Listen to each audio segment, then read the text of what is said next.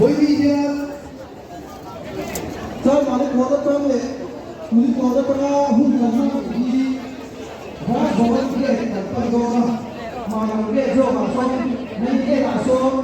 cũng cần mà chúng ta cần muốn mang vào tổ chức có thể đi anh ấy phu các lực lượng mà chúng ta chỉ sẽ phải nuôi anh ấy phu sẽ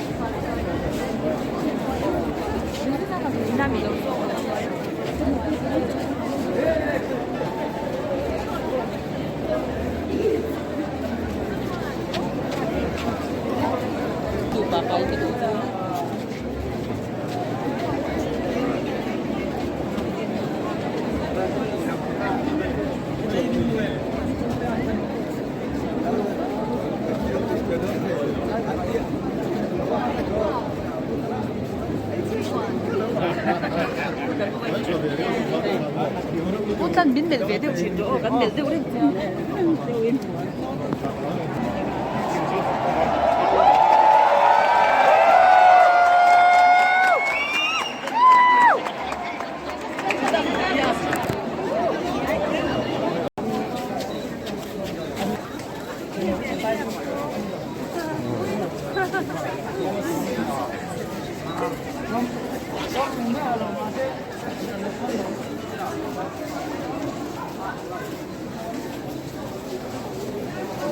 쌤.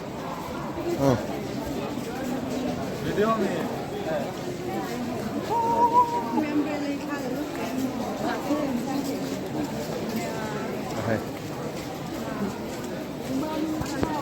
Hian hei vana pa hol kota ATC zirlai ko panem tak mai an tung khoma to na mi hian ho to nu ni an ho to nu dot che ho to pa